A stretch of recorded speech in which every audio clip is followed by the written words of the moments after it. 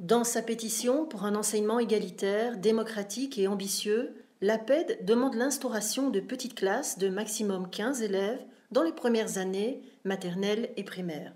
Ceci afin de construire avec les enfants un rapport positif au savoir. Quelques exemples illustrent cela. Penchons-nous sur l'étude STAR menée aux USA dans 79 écoles, 325 classes. Une partie des élèves a été placée dans de petits groupes.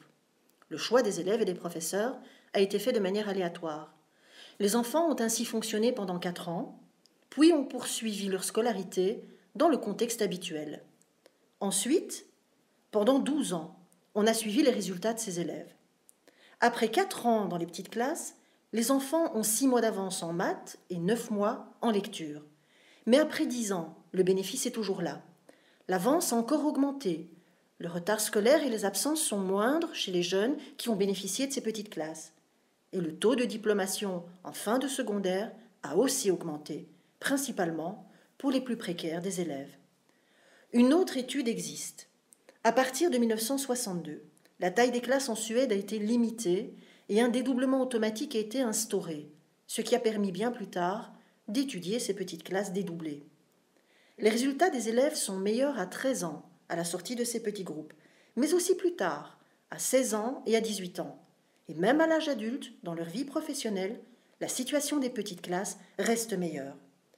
Enfin, une étude française de 2017, qui compile les résultats de 11 enquêtes sur les petites classes, conclut que cette politique réduit les écarts de performance et est surtout bénéfique aux élèves les moins favorisés.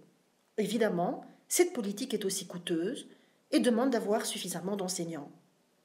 Dans les petits groupes, on constate que les profs et les élèves s'engagent plus, rencontrent moins de problèmes de discipline et peuvent même mettre en place plus de prévention que de remédiation.